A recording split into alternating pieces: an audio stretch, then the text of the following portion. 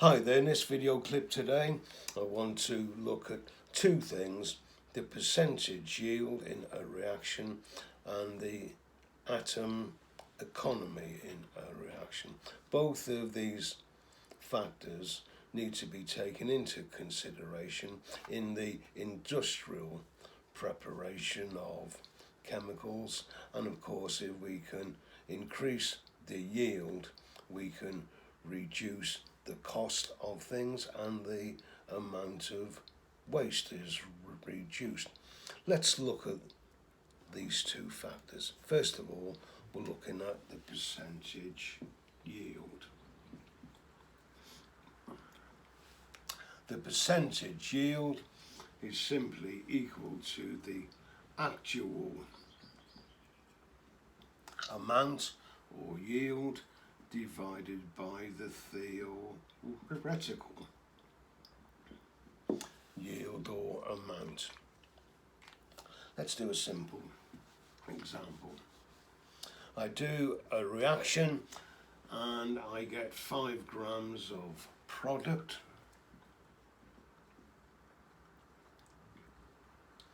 when in theory I should have got 10 grams of the product.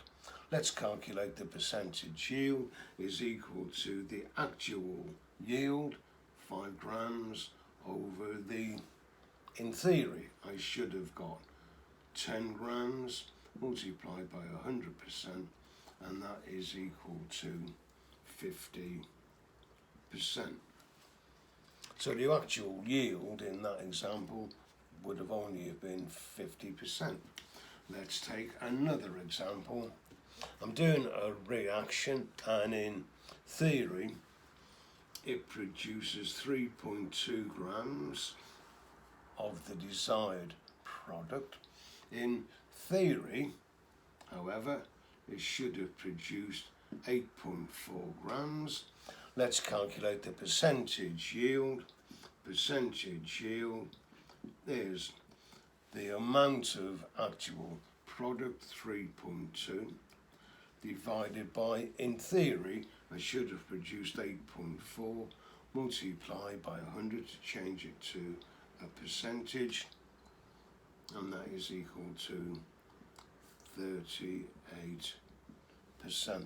Marvellous, my pocket calculator is, isn't it? Now, why don't I get 100% yield? Well, I'll tell you one, there's 3 factors that apply. Let's look at them one by one. I've got a reaction, A plus B, reacting to give me products, reactants, products. And I'm saying to you, I want that product, but it's complicated. Suppose I say that reaction is a reversible reaction. It means this, that some of the products reform to give me the reactants again. So that is the first cause of not getting lots and lots of yield, because the reaction may be a reversible reaction. Another cause of not getting a complete yield, 100% yield, is because side reactions occur. For example, again, A and B, they react together to give me C and D. And suppose that is the desired product, and what happens is I may be getting side reactions. So instead of just C and D may combine together to form other products like E and F and G. So that's why I don't get the theoretical yield, is because there may be side reactions occurring. Another cause of it is, let's go back to our own reaction again, A plus B gives me C plus D, and I want product C. I have to separate maybe C from D. Maybe I have to do a filtration process, distillation process, and those processes during which I may lose a bit of the desired product. So we've just seen now the three causes of why we don't get 100%. And the second factor I want to talk about is the atom economy. The atom economy is how efficient is the reaction. And this is based on the formula, the balanced equation. Let's look at an actual example now. Magnesium chloride is made when magnesium reacts with hydrochloric acid. So I'm looking at the atom economy of that reaction. And let me change it round so I've got MgCl2.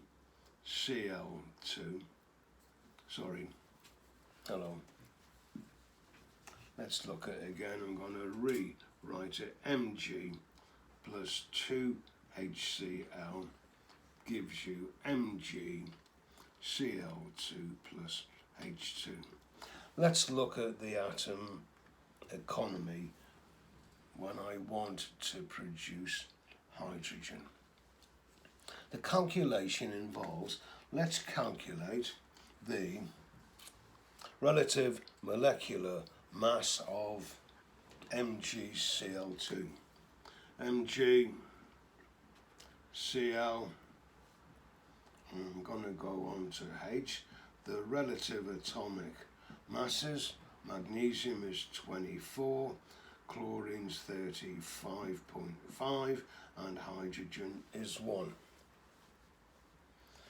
MgCl2, its relative molecular mass is as follows: 24 plus chlorine's 35.5 times 2 is 71. So its relative molecular mass is 70. Hello, is concount 95. And the relative molecular mass of hydrogen is 2. So if I add up the relative molecular masses of the products, that was MgCl2 plus H2 is equal to 97. To calculate the atom economy of that reaction for hydrogen, which is the desired product, is equal to 2 over 97 times 100%, which is equal to 2.1%. What does it mean? It means it's quite an efficient reaction. As that gets higher and higher and higher, the less efficient the reaction is. Let's look at another example. Is when I take decane is a hydrocarbon, C10H22, and I'm going to subject it to cracking, which means I'm going to heat it up, elevated temperature with a catalyst, and it will form, it cracks it, it breaks it into smaller ones. Let's take it C10H22. When it's cracked, it forms ethene and, can't remember, and it's 2. It then forms, and I'm just looking, it then forms hexane, which is C6H12. H14. This is the desired product, and this is the other product, but let's calculate its atom economy. Carbon is 12, hydrogen is 1. Let's calculate this one. It is C2 times 12, so it's going to be 24 plus hydrogen 4 times 2 is times 2 is, that is, hello, I'm just trying to think on something, 28 is 56, is 56, and C6, 6 times 12, 72, plus 14 is, that is 86 times 2, which is 142. Let me just go through that again. C2, H4, 2 times 12, 4 times 1, multiplied by 2, 56. 6 times 12, 72, plus 14 is 142. So, the atom economy for that reaction, and I'm calculating it for ethene, is going to be 56 over 142, and that is 39%. 39%.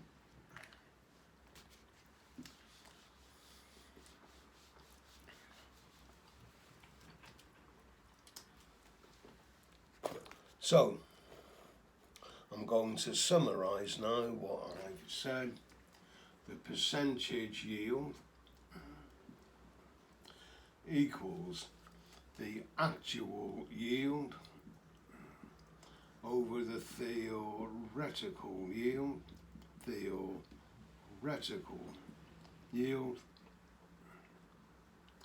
multiplied by 100%, and the atom economy is equal to the relative molecular mass of the desired product, the desired product over the relative molecular mass of all products. Okay, that's it, folks.